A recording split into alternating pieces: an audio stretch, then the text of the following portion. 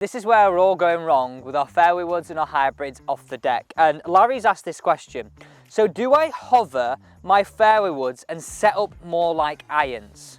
Well, let me tell you exactly today what you've got to do with your fairway woods and your hybrids when they're off the deck, on the fairway, or even out the semi-rough in order to strike these better. There's just 5 simple steps that you've got to follow. Very simple little things, but added all together, the 1%, 1%, 1%, we can get 5% better. Doesn't sound like a lot.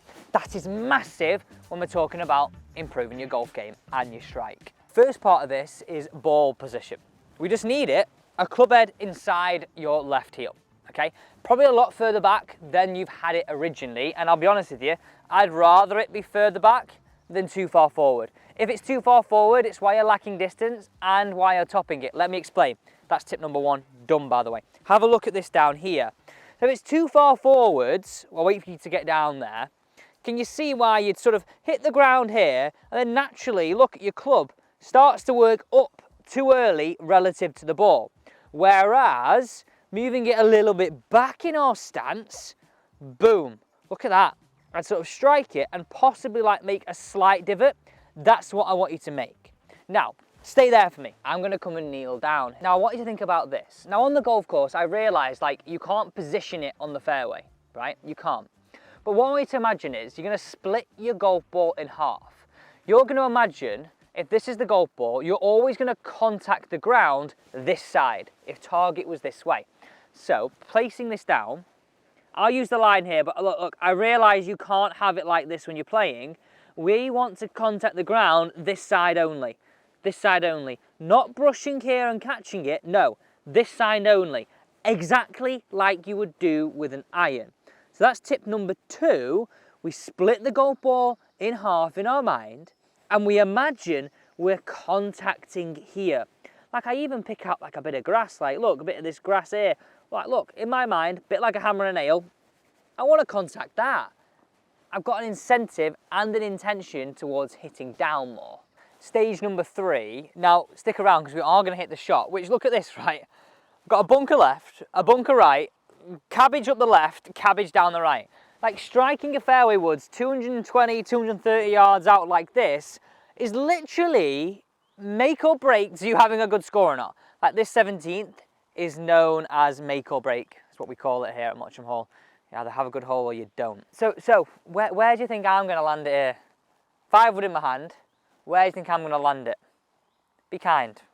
Be very kind. Okay, so tip number 3 on our list, you've got to think about the golf swing this way. We've got 2 levers. We've got this lever in our swing, and we've got this. Where fairway woods go wrong is we tend to let this part of our lever go too quick relative to this top one swinging. So look at the golf ball here. If I swing back, let this lever go, then swing my arm, can you see how now I hit the ground far too early, start the club to work up far too early? That's why you're topping. That's why you're topping. So you've got to understand that we need to time the lever release of both. So I want you to make some practice swings, right? Half to begin with, trying to control the lever to contact the ground where we just said, split your golf ball in half on the target side. Can you see that there? I think that really makes sense, doesn't it? So think, if you go back, this lever goes too early before this one swings down under our chin. Where do I hit the ground? Swing it under our chin, then let it go. We start to hit more ahead. So for tip number 3, I want you to have a few practice swings contacting the ground around the middle to head of that golf ball. That's tip number 3. Now quickly, number 4, we're nearly at the end of this bit here, and don't forget I will show you with hybrids as well. It is slightly different.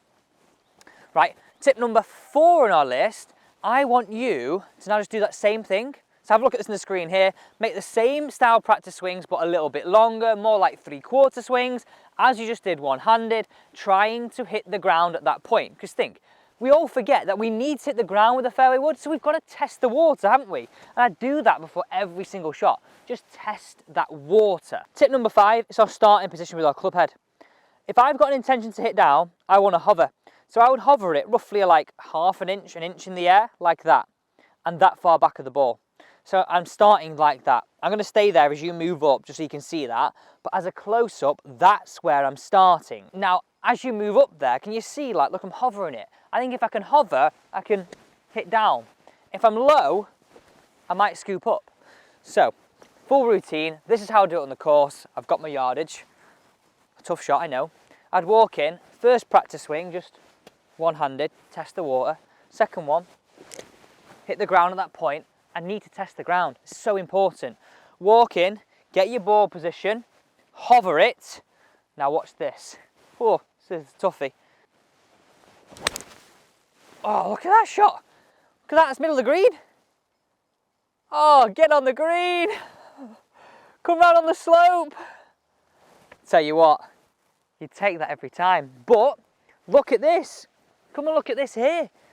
What did I make? I know it's a little bit wet, so it's a bit more divot than normal, that's fine. But look, I made a little bit of a bruising divot.